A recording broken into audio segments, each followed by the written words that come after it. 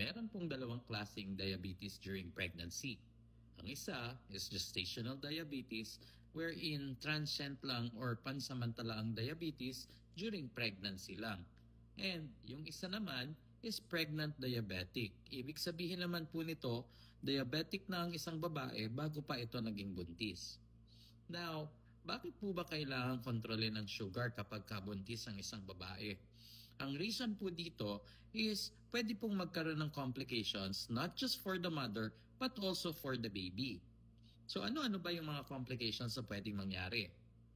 Kung nasa development stage pa po ang baby at mataas ang sugar ng mother, pwede po itong magkaroon ng mga developmental abnormalities or yung mga congenital abnormalities na tinatawag.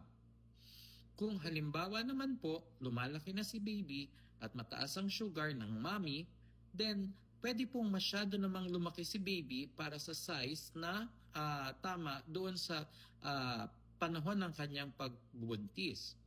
So pag ganito po at masyado pong lumaki ang baby, pwede pong magkaroon ng mga problems like preterm labor or kung hindi naman cesarean section is baka ma-cesarean section si mommy kasi masyadong malaki si baby, hindi magkakasya sa sipit-sipitan.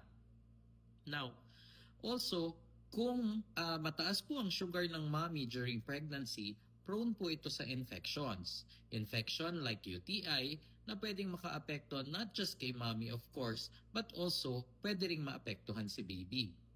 Kapag kaming infection po ang mommy, pwedeng pumunta sa baby ang infection or pwede rin ito magdulot ng preterm labor. Now, kung mag-preterm labor po si mommy at hindi pa ready si baby, baka manganak ng wala sa oras, which is not good. Other complications po include kung halimbawa masyadong matataas ang sugar ni mommy during pregnancy, paglabas po ni baby, wala na siyang source ng sugar kasi puputulin na ang umbilicus ni mommy na nakakonect kay baby. So kung hindi pa malakas magdede si baby, ang mangyayari po nun, babagsak ang blood sugar levels ng baby. Okay? Now, ang pinaka-worst complication of all, pwede pong biglang tumigil ang heartbeat ng baby at any time during the pregnancy. Ang mataas na blood sugar po kasi is toxic environment para sa babies natin.